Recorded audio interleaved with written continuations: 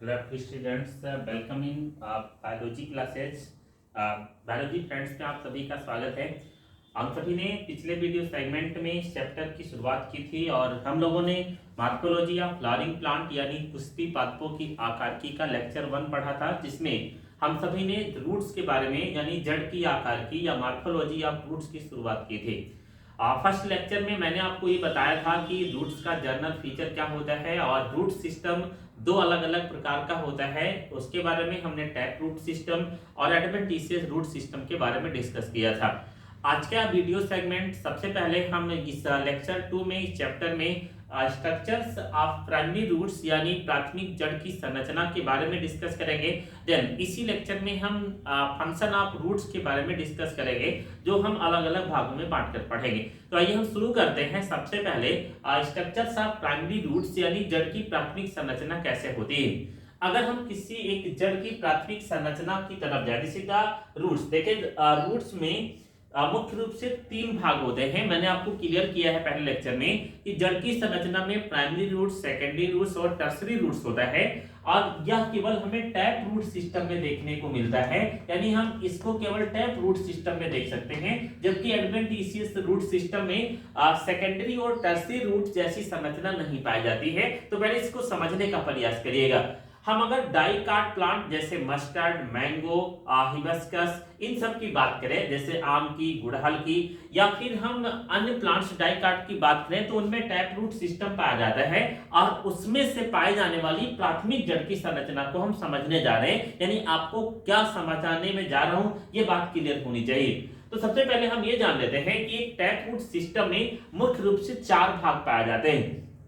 पहले भाग को हम परिपक्वन भाग या मैचुरेशन, ठीक है, पार्ट्स कहते हैं। सेकंड भाग को हम इलोंगेशन या दीर्घन भाग कहते हैं। तीसरे भाग को हम मेरिस्मेटिक या विभजोत्तर भाग कहते हैं, और चौथा जो भाग होता है उसे हम रूट कैप या फिर मूल गोप के रूप में जानते हैं। एक बार मैं बोल रहा हूं, दोबारा से सुनेंगे। हम अगर किसी भी एक प्राइमरी रूट की संरचना को देखें तो इसको 4 भागों में बांटा जा सकता है। पहला वाला भाग कहलाता है मैचुरेशन या परिपक्वन भाग, दूसरा भाग कहलाता है इलांगेशन या दीर्घन भाग, तीसरा भाग कहलाता है मेरिस्मेटिक या विभजोत्तर भाग। अब हम इस संरचना को पहले तो डायग्रामेटिक समझेंगे, फिर हम इसकी विशेषता को जानेंगे।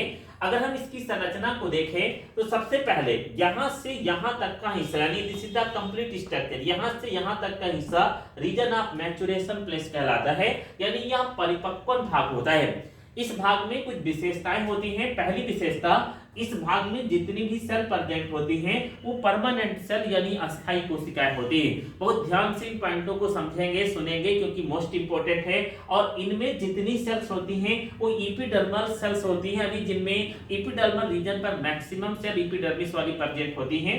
इस पोर्शन में रूट हेयर्स पाया जाता है। इस पूरे स्ट्रक्चर पर आप देख सकते हैं, रूट की संरचना पर बहुत सारे अनेक स्ट्रक्चर्स यानी हेयर्स के रूप में ओरिजिनेट होते हैं, जिसे हम रीजन ऑफ मैचुरेशन कहते हैं। तो ये इतना प्लेस रूट्स का, प्राइमरी रूट्स का जो पहला भाग है परिपक्वन भाग बनाता है। 3 विशेषता है, परमानेंट सेल पाई जाती है, एपिडर्मल ओरिजिनेटेड सेल होती हैं, और बहुत सारे रूट हेयर यानी मूल रोम इस भाग में प्रेजेंट होते हैं। देन इसके बाद में यहां से लेकर यहां तक का प्रेजेंट यानी ये वाला पोर्शन जो इसका होता है, this is the second portion या दूसरा भाग कहलाता है, जिसे हम रीजन ऑफ इलांगेशन या दीर्घन भाग कहते हैं। रीजन ऑफ इलांगेशन, इलांगेशन मतलब होता है यहाँ पर जो सेल्स प्रेजेंट होती हैं वो लॉन्ग इन साइज में होती हैं, लंबी लंबी कोशिकाएं होती हैं, इसके कारण यह वाला भाग इलांगेट, लंबवत बढ़ता है और रिस्पॉन्सिबल फॉर ग्रोथ। यही एक ऐसा भाग रूट में होता है जिसके कारण जड़ का मुख्य रूप से ग्रोथ या डेवलपमेंट होता है। जनरली अगर आपके ब्रेन में देखें तो विभजोत्तक ऐसी कोशिकाएं होती हैं, ऐसे टिश्यू होते हैं जिनमें डिवीजन होता है,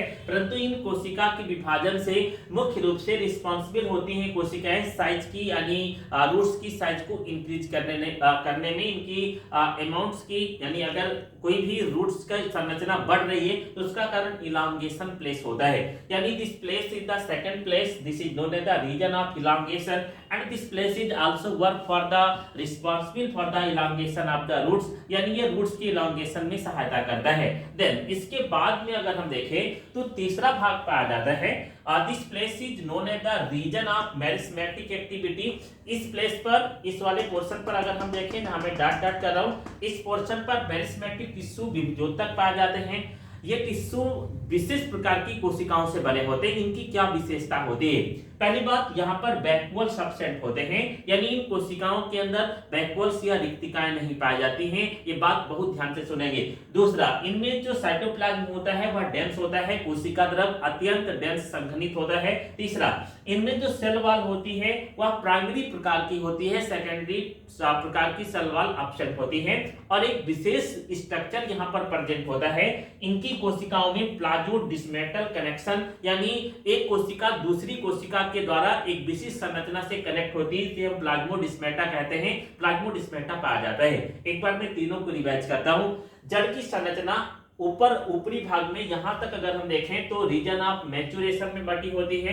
यहां से यहां तक के प्लेस में अगर देखें तो रीजन ऑफ इलांगेशन में बटी होती है। देन इसके नीचे निचले वाला हिस्सा रीजन ऑफ मेरिस्मेटिक टिश्यू में बटा होता है। और देन उसके नीचे रूट कैप पाया जाता है, जिसके बारे में हम अभी डिस्कस करने वाले हैं। तो मैच्योरेशन प्लेस में परमानेंट सेल्स होती हैं, एपिडर्मल सेल्स होती हैं और रूट हेयर्स यानी मूल रोम पाया जाता है। इलांगेशन प्लेस में अगर हम देखें तो लॉन्ग साइज की सेल्स होती हैं और इसी के कारण यहाँ पर इस प्लेस का स्ट्रक्चर लॉन्ग होता है, रिस्पांसिबल फॉर ग्रोथ, यानी यह मुख्य रूप से डेवलपमेंट और ग्रोथ के लिए मुख्य रूप से अपना रोल प्ले करता है, आवश्यक होता है।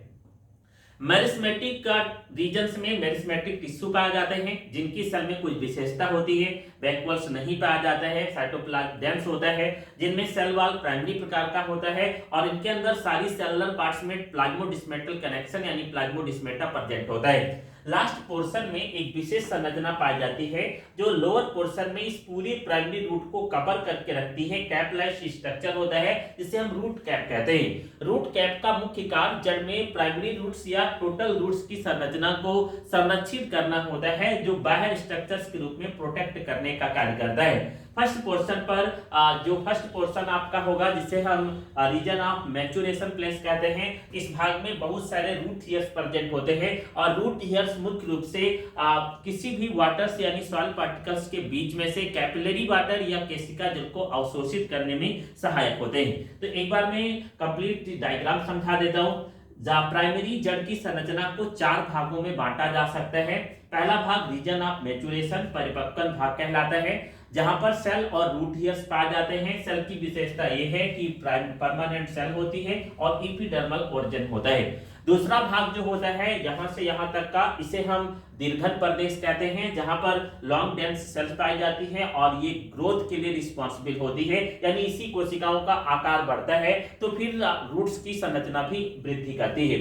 तीसरा प्लेस जो होता है जिसमें मेरिस्मेटिक टिश्यू पाए जाते हैं, जिसे हम रीजन ऑफ मेरिस्मेटिक सेल्स कहते हैं। इस पोर्शन में जो सेल्स होती है उनमें वैक्यूल्स नहीं होता है, डेंस साइटोप्लाज्म पाया जाता है।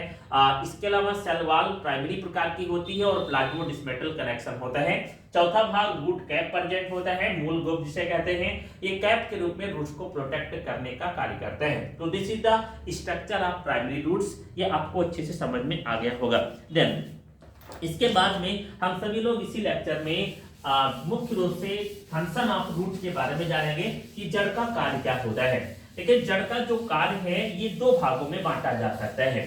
पहले की तरफ अगर हम चले जड़ के कार्य में, तो जड़ का पहला जो कार्य है उसे हम सामान्य कार्य के रूप में समझ सकते हैं, और अगर हम दूसरे कार्य की बात करें तो हम उसे विशिष्ट कार्य के रूप में समझ सकते हैं। यानी जड़ के 2 मुख्य कार्य हैं, पहला कार्य सामान्य कार्य और दूसरा विशिष्ट कार्य। तो सबसे पहले हम जड़ के कार्यों को 2 भागों में बांटकर समझते हैं कि फंक्शन ऑफ रूट क्या है, और फिर हम उसे अच्छे से प्राइमरी मुख्य भाग और विशिष्ट कार्य के रूप में देखें।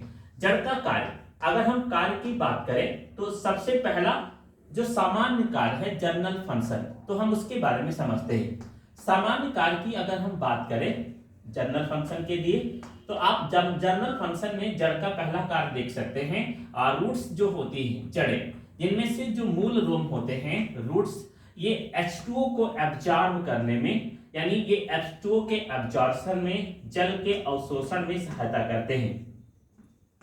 यानी मूल रोमों के द्वारा जो रूट हेयर्स प्रेजेंट होते हैं, this is the root hairs, अभी मैंने आपको स्ट्रक्चर में दिखाया था, इनसे H2O को एब्जॉर्ब किया जाता है और देन उन्हें स्टेम तक ट्रांसफर किया जाता है। इसके अलावा सामान्य कार्य के हम दूसरी तरफ अगर चलते हैं तो दूसरा कार्य जड़ का जो होता है ये मुख्य रूप से मिनरल्स को एब्जॉर्ब करने में भी सहायक होता है, यानी जल के साथ मिनरल्स भी रूट हेयर के द्वारा, मूल रोम के द्वारा एब्जॉर्ब किए जाते हैं। इसके अलावा अगर हम किसी हायर प्लांट्स की एंजियोस्पर्मिक की तरफ चलेंगे तो जड़ का जो कार्य होता है ये प्लांट को प्रोटेक्ट करने का या प्लांट को सपोर्ट प्रोवाइड करने का कार्य करता है, यानी जड़ की सहायता से किसी भी प्लांट में सपोर्ट मिलता है, सपोर्ट प्रोवाइड किया जाता है। आपने जो भी प्लांट्स देखा है कि वह प्लांट से एक भूमि पर सीधा खड़ा है, ऊर्ध्व खड़ा है, तो इसका कारण जड़ ही होता है। इसके अलावा ये तो इनके सामान्य कार्य हो गए। जड़ के सामान्य कार्य, पहला कार्य क्या है कि यह जल का अवशोषण करती हैं, केशिका जल को रूट हेयर्स मूल रोम अवशोषित करते हैं, तने और पत्तियों तक ट्रांसफर करने का कार्य करते हैं। दूसरा कार्य जड़ के द्वारा जल के साथ मिनरल्स यानी खनिज का भी अवशोषण होता है। टोटल 11 एलिमेंट्स रूट्स के द्वारा ही अवशोषित किए जाते हैं। तीसरा कार्य जो सामान्य होगा ये मुख्य रूप से प्लांट को सपोर्ट प्रोवाइड करते हैं, इनको सीधे किसी भी सॉइल पार्टिकल्स पर, अर्थ पर खड़े रखने में सहायता प्रदान करते हैं। देन इसके अलावा अगर हम जड़ के अन्य कार्यों की बात करें तो जड़ के कुछ विशेष कार्य हैं। जैसे अगर हम विशेष कार्य की बात करें तो कुछ जड़ें खाद्य पदार्थ के रूप में कार्य करती हैं, यानी इनका उपयोग ठीक है खाद्य पदार्थ के रूप में इडिबल फॉर्म में किया जाता है। लाइक खाद्य पदार्थ के रूप में पहला कार्य विशिष्ट कार्य के रूप में होगा। खाद्य पदार्थ में भोजन के रूप में जड़ जो होंगी, जैसे मान लेते हैं आपने कुछ जड़ों के नाम सुने होंगे, लाइक हम अगर बात करें गाजर या कैरेट की, तो यह एक ऐसा भाग होगा गाजर या कैरेट जिसे मुख्य रूप से 3 मुख्य जड़ें होंगी, गाजर होगा, मूली होगा और सलजम होंगी। ये जड़ें मुख्य रूप से खाद्य पदार्थ के रूप में फूड मटेरियल को स्टोर करती हैं, कार्बोहाइड्रेट को स्टोर करती हैं और फिर खाने के रूप में प्रयुक्त की जाती हैं।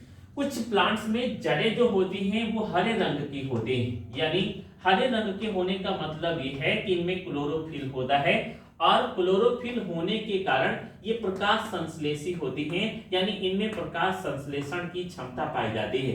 ध्यान से सुनेंगे। लाइक अगर हम एग्जांपल ले लें तो ऐसी जड़ें आर्किड प्लांट में पाई जाती हैं।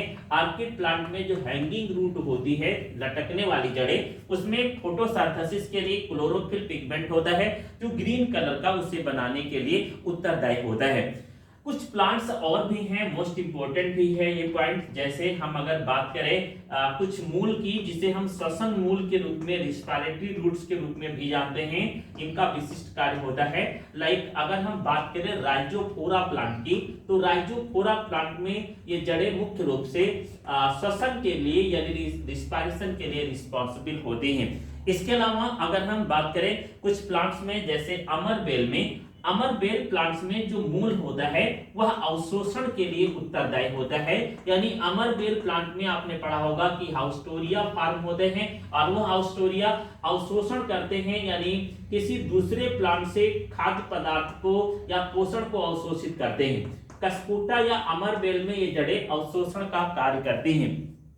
इसके अलावा कुछ जड़ें ऐसी भी होती हैं, लाइक अगर हम बात करें अमरबेल के अलावा अगर हम बात करते हैं अजूबा में, तो ये जनन का कार्य करती हैं, रिप्रोडक्शन में सहायता करती हैं। और भी प्लांट्स है जैसे सतावर, डहेलिया, इनमें भी जड़ें ठीक है जनन के लिए उत्तरदायी होते हैं। तो जड़ के कार्य को हम 2 भागों में बांट कर समझा रहे हैं, ध्यान से समझिएगा। पहला तो आपको क्लियर है, पहले से ही आप जानते हैं, बेसिक फंक्शन होता है कि रूट H2O को एब्जॉर्ब करती है, रूट मिनरल्स को एब्जॉर्ब करती है और रूट प्लांट को सपोर्ट प्रोवाइड करती है किसी भी भूमि पर खड़े रहने के लिए। विशिष्ट कार्य की तरफ चलेंगे, मोस्ट इंपोर्टेंट है, सारी चीजें सुनेंगे। कुछ जड़ें खाद्य पदार्थ के रूप में फूड मटेरियल को स्टोर करती हैं, जैसे हमने मूली, गाजर और सलजम को देखा है, कैरेट्स को, टर्निप को, क्लियर, या फिर रेडिश को। इनमें जो खाद्य पदार्थ के रूप में हम प्रोडक्ट या पार्ट्स यूज करते हैं वह रूट्स होता है। अगर हम कुछ जड़ों की बात करें, जैसे ऑर्किड के प्लांट्स में, ऑर्किडेसी कुल में प्रकाश संश्लेषण के लिए जड़ें उत्तरदायी होती हैं